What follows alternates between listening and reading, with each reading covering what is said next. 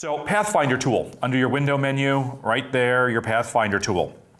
Absolutely necessary when we're doing a lot of these shapes because, again, as we're going through and doing this, we're not really doing drawing or illustration, we're literally doing construction.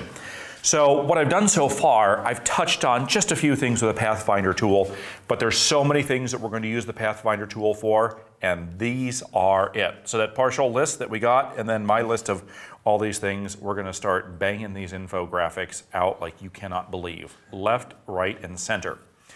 So a couple things that I want to show you right off the bat here on how we're going to use the Pathfinder tool and what certain objects or the way things can work. I'm going to start with just a very simple container, and when I'm doing these, I'm only doing these objects with fills. Once you introduce strokes with the containers too, when you use the Pathfinder, a lot of things change. And we're going to cover what changes and what goes south when we are doing the Pathfinder.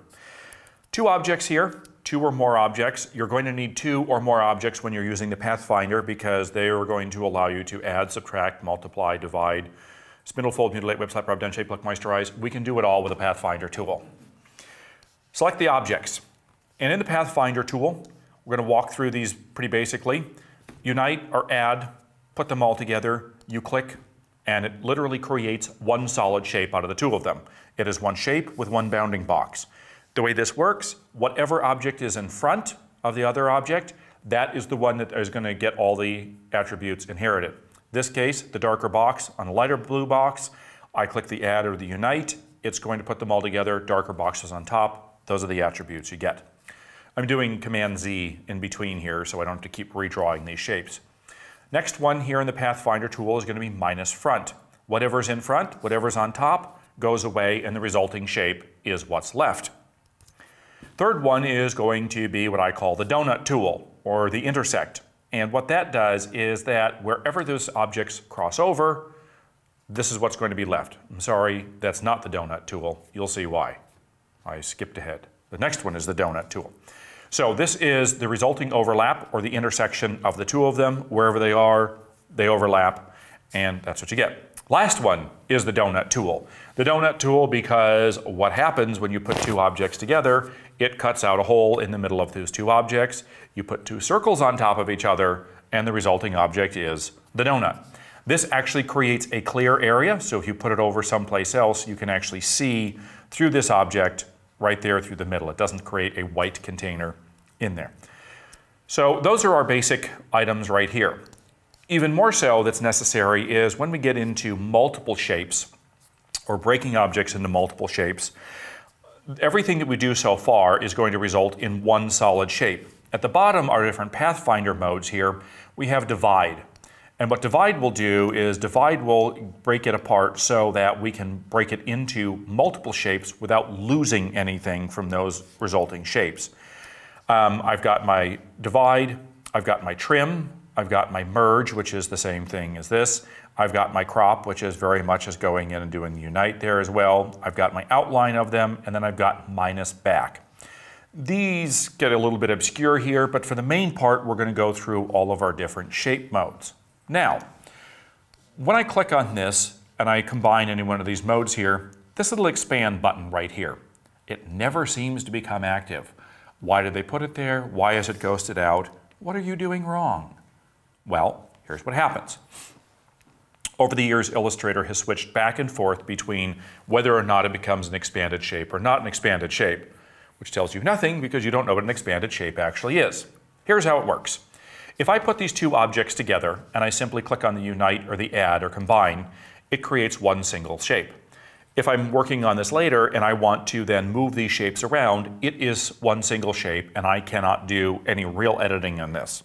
However, if I take my shapes and I hold down my Option key before I perform any of these Pathfinder functions, and I Option click, which by the way, when you hover over the tool here, it actually tells you to do that, Option click to create a compound shape and add to shape area, which of course means nothing because it's how we can understand what that actually does. So I held down my Option key, and do you see how the resulting shape still looks like it's one shape, but now I can actually see the bounding boxes here, and if I change the color here, you can see it even better. You can see that I have two bounding boxes right here. What that means is that, yes, it acts like one shape right here. It moves as one shape, and even if I were to put a border around my object as well, I could actually have a border around that, and it applies only to the existing shape. Pretty cool. However, because this is two existing shapes here forming one and acting as one, I could go in here and I could isolate either one of these, and I could manipulate each one separately, even though it's still technically a compound path. Now, when I select my objects here, and I have my object selected, you'll see that the expand button becomes active. The expand is literally taking all those shapes that were kind of in the middle of creating one solid shape. If I click expand, then I actually expand it into one solid actual shape that is no longer editable beyond all of its other shapes. So it's kind of a nice feature to use if, in fact, you're building something that's going to be a compound shape and you do want to edit the shapes. You hold down your Option key when you put these things together. Then you have the ability to change them afterwards. Just simple little process. One of the other things I'm going to show you here is I'm going to show you the wonderful donut tool right here, where we go in and select the two objects, and what I call the donut, it's the exclude, and you click on that and it simply knocks out the center. That's really quite handy to have. Now, this is all with shapes and fills. When we get to borders here, or strokes, this is where it gets a little tricky.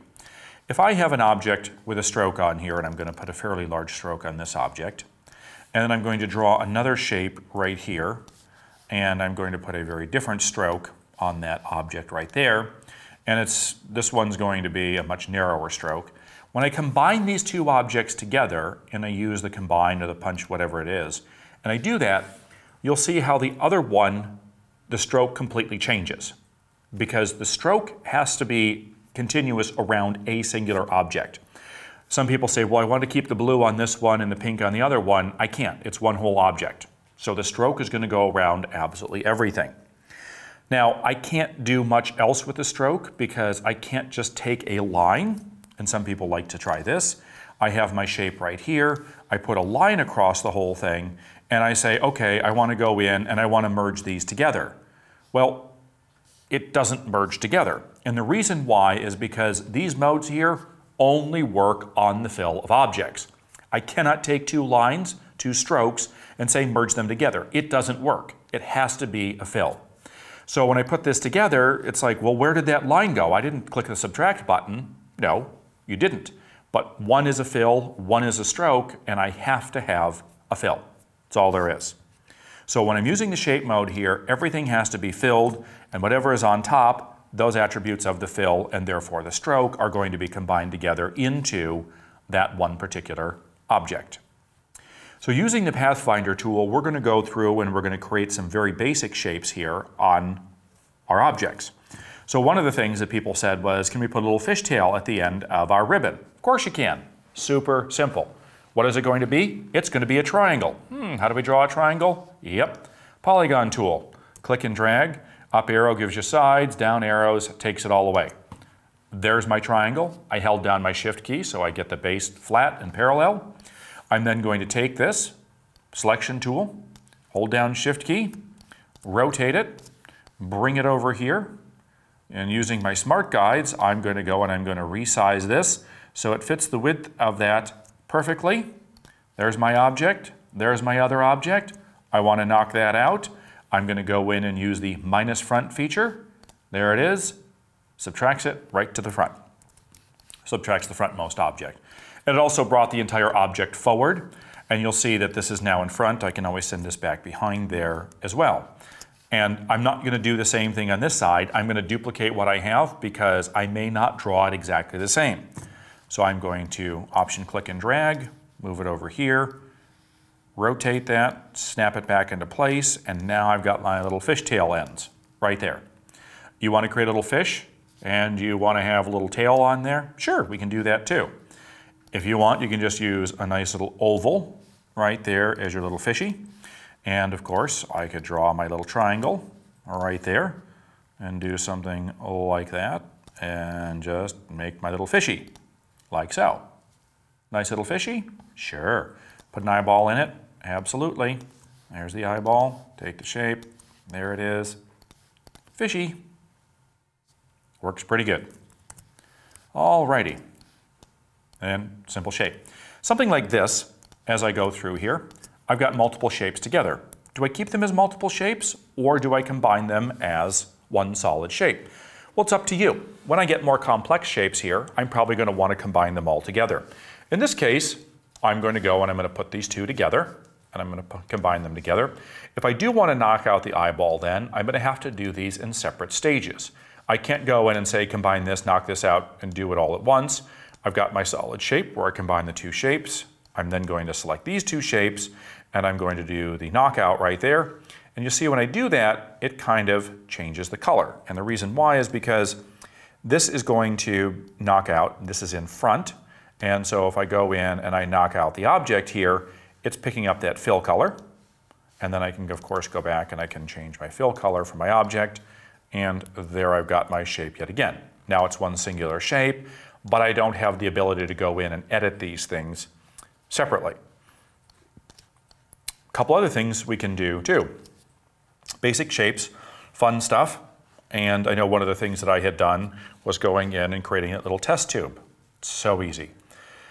What I'm going to do is I'm going to create just a vertical. And then I'm going to come down here with my ellipse tool. And if I want a rounded corner or a rounded edge right here, I'm actually going to take my circle or my ellipse tool. I'm going to line it up right with the center, right with that edge. Hold down the Option key and Shift as well, so I get a perfect circle, so it snaps right to the edge. And I'm going to combine those two shapes. Hold down the Shift key, combine those two shapes. And then, if I want to put a little cap on there, I'm going to use my rounded corner rectangle, put a little cap right on there and draw the shape. I wouldn't go in and draw this as a stroke because I want to combine my shapes together. If I draw that as a line and I try to hit the combine, it doesn't work. I combine those together. And then I'd like to put a few little bubbles coming out through here. So I'm going to just make those a slightly different color. And I'm going to have one kind of going across there, one going up here, change the size of that as well. This one, I'd like to do an opposite where it knocks it out so I have a transparent background. And this is where the awesome little divide or the exclude works. I click on that and it excludes the whole thing. Of course, because that color was in front, it picks up that color. And it always brings everything to the front of what you're doing. So I'm going to send that to the back and I have that. If I want to knock this out of here, then I can take that and say minus the front and it'll knock that out. But you see how it gets rid of that as well. So there's tricky little things that you do when you've got your Pathfinder mode in on how this works. This I may just change to white because I may not want it to show through. And if I want to add some little selection marks down the side here, I'm going to go and I'm going to draw a little line and add a stroke to that. Choose white from there, round the ends as a nice little thing. And then of course, Option, click and drag, and then duplicate, duplicate, duplicate. And this all looks fine and dandy. I love it. However, I've kind of done a no-no here. I'm going to do a Command Y. And do you see those white things stick out beyond the edge? And it's like, well, yeah, I'm working on a white background. I can't see it. Command Y is outline mode, by the way. So if you're going to the View menu, there's your outline mode. Sometimes it helps to see how these items are constructed. So if I were to use this, this may be great. However, if I put this and there's a background here and I choose a color, then I see that I've got these white lines sticking out here, and that isn't appropriate at all.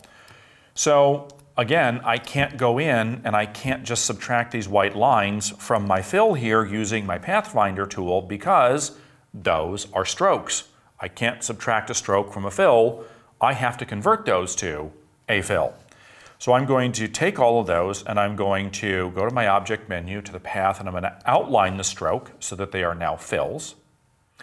And now if I were to take all this and I were to select this object and I would say minus front, it's going to go through and it gets rid of everything, but you notice how it also gets rid of my little thing up there too. So there are certain trade-offs when you do these things, I can send this to the background again, that I have to be careful of because there are certain steps and there are certain functions that when I do get rid of things, other things will then go away. So what I'm going to do here is I'm going to, I can't go into isolation mode or else I can't get to my other sections there. But if I select this one and I do it and I subtract the front, I always lose those other options. So it's kind of frustrating when I do that. So I'd probably have to go in and redraw that little object there, send this to the back, and that way I don't have these knocked out at all. Or I can undo this, and maybe I do want these as white and I don't want them as clear. What I'm going to do here is I'm going to go and I'm just going to chop these off so that I don't have those. I want them to be white here, so that when I put on a background, I don't want them to show through. I'm just going to use a box. Actually, I'm going to take all of these and I'm going to actually combine them into one shape. That way, when I delete them, because if I don't combine them into one shape and I delete them, all will go away but one of them. So I'm going to do that, combine them into one shape. Then I'm going to put another box over the top of them here, like so. Select that, and then do the minus front. And you see that, how it leaves just that one there? Because even though we have them all together, when I do the minus front, it does the frontmost object. And if I have multiple items in there, there's the frontmost object and there's the one behind and the one behind. So I want to show you this because I may have been a little overzealous in creating all these. So the reality of it is I'm going to go and I'm going to put my box over here so I can subtract everything like this. And then I subtract everything and I'm left with one. And at this point, I would then go in and I would duplicate this after I had everything worked out the way it needed to be worked out. There's certain steps and functions as you go through here, certain things that get lost when you're using the Pathfinder tool. Show you the simple stuff, but the more complex stuff like this is also good to do. Again, you saw I held down the Shift key on everything, so I got perfect circles, perfect squares, perfect lines. Everything that I do is always going to be done that way, unless, of course, when I'm doing the fish here, I wanted an oval, and there was no trick to drawing the oval with that. So a couple other great items. Little basic pointers. I want to do a nice little pointer, and you've all seen these. I'm going to draw a circle here. Let's pick a different color so I can get some variety on the page here. I pick a color, and I want to do just a basic pointer. I'm then going to go in with a square, and I'm going to draw a perfect square right here. I'm going to merge these together, or unite them, like so. If I put a little circle in the middle, I do that, fill it with white, I now have a great little pointer that I can use either as with a clear center, if I were to then use my exclude, or just as an item where I can sit there and I can point to anything. If I group that together, then I can point to certain things without doing a specific arrow, and I can just rotate that 45 degrees, and I could do something cool here where I go in and I can point to something at a certain distance right there without having to do a specific arrow or something. And this object can then become a place where type would go in. Instead of drawing a line with an arrow there, have a little bit of fun. This kind of thing also works great when you duplicate this as well, because if I were to duplicate this and I were to rotate, and by the way, I'm not showing you the really awesome ways to duplicate and flip and rotate and all that stuff yet. I will. We're just getting you up to speed here and going through and rotating and moving and spending more time than we should, but I want you to get a good idea of how this is going to work. So there it is, and I can also create some kind of cool logo or pointer thing, or even some type of flower, awesome little item, using these little pointers. And I do my little bird using one of these great little pointer heads right here, where I can take my little birdie pointer, that becomes its head. I'm going to put it down so it's going to be eating something. And I create the nice body right there. There's the body. Use my eyedropper tool to pick up that. And I'm going to put some feet on it. Simple way to do feet, half a circle. There it is. I'm just going to take my selection tool, chop off the bottom of it. There's a really small set of feet. I'm going to create some wings out here. I'm going to create the wings. I'm not going to do it at a 45-degree angle. I'm just going to do it nice and simple here. And I'm going to create a circle. And then I'm going to duplicate this circle at a 45-degree angle just by holding down my Shift key. And I'm going to do that so they all intersect. Perfect.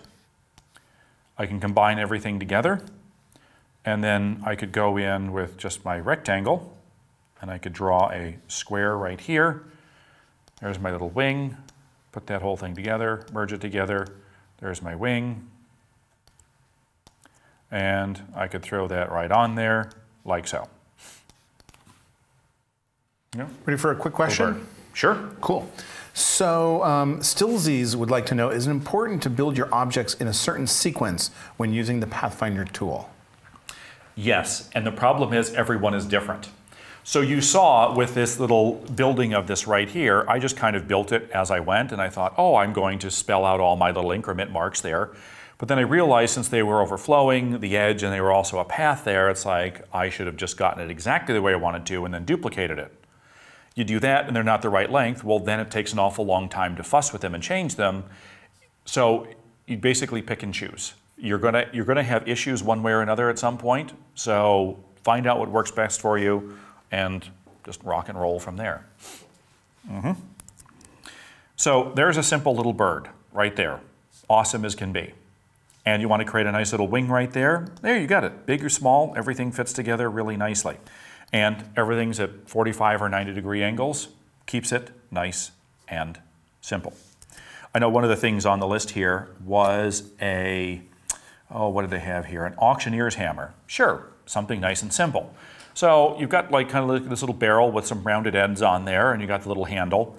Super simple. Let's not get overly detailed. We don't need a little gold band or something on here. Here's how I do it. Just go in, and I'm going to create a rounded handle, like so. If I have to round the end, I certainly can. Let's pick a darker color right there. There we have it. And so there's a nice dark color. That's going to be the actual hammer part that goes on. And because I've got these little rounded corners here, I'm going to duplicate this, and I'm going to rotate this right here, and I'm just going to reduce the whole thing down. So basically what I'm going to end up with here, I'm going to rotate it this way because there's going to be the cap of my hammer right there, and then this is going to be the other cap of my hammer. And I can put these together, and then I'm going to go in and I'm just going to draw with my rounded corner here, and I think I'm going to increase the rounded corners, something like that. So if this is going to touch, I can bring it right in so I don't see the rounded end, and I can have that, and that can be my little hammer. You want to go ahead and add a little bit of detail? Sure. I could easily take one of these hammer ends right here, drag it over here, rotate it, reduce it in size, and take that. If I wanted to do like a little end right there, I could go ahead and I could fill it with white so that I've got a little connector piece. Or if I want to make it smaller and I can actually see the ends, I'm just going to reduce it in size, keeping those corners the same, and then I can kind of create a little bit of detail there if I want to.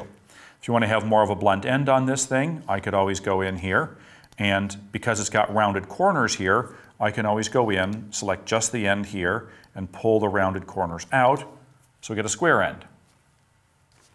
Either way. So that's how you can go ahead and create a nice little hammer. If you want to do a little nail, because every hammer needs a nail, same thing. I could take this object, this could be the top of my nail right here.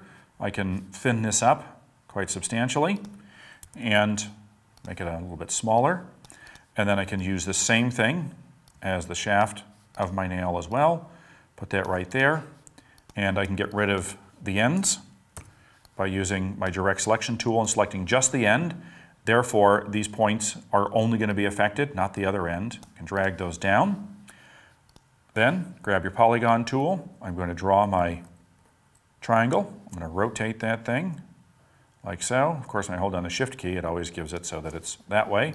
And then I can take this, rotate that, snap that right to there, go in, size it, boom, right there. And then I can have my nail. Of course, is this too thick? You can just anchor that up, put that in there, got yourself a little nail, little thumbtack. Too wide, just pull it right in. Gets a little small there when I get so small. And I can scale it from the middle by holding down my Option key and have a nice little end right there, little hammer, little nail. There you go. auction hammer, little nail. Okay, more fun with the Pathfinder tool. We had created our cloud over here, and I kind of left this for the Pathfinder tool, and I had put my cloud together with all of these little bubbles.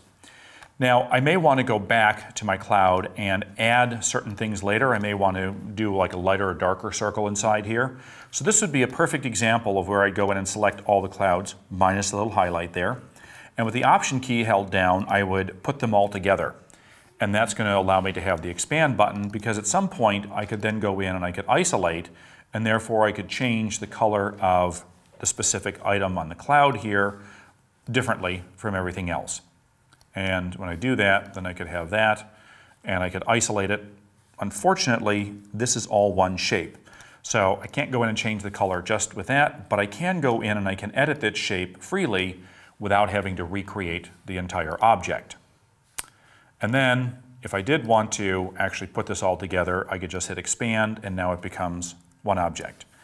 If I want a nice smooth bottom on there, I'm going to take my rectangle, and you see how I drew it right in the middle of my circle there? That way I don't get any weird tangents. It's going to be centered. I'm going to subtract the front, and of course it always brings the object to the front, and we have to send it back and back, and there could be my little pile of clouds, or cotton, or poo, or whatever it may be. You know? There you go. So, little highlights there. I didn't do anything with the highlight because it is a path. If I wanted to knock the highlight out, I need to turn this into a shape and then bring it back in there. So, Pathfinder tool, really simple, easy to use, but trying to figure out how things are going to work and things are going to knock out really make it fun. So one of the things that I have here is when I'm trying to knock out multiple objects out of something, and I start to stack things on top of each other.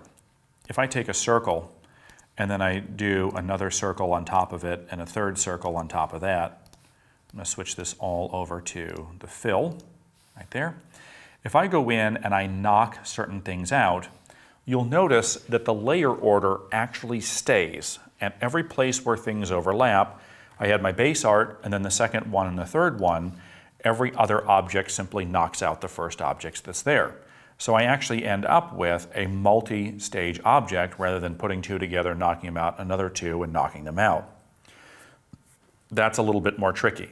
The more objects you stack on top of each other and you knock out using the exclude feature, every other one gets knocked out. It's really kind of a cool trick. So you can create these concentric circles when you're building stuff using that particular feature.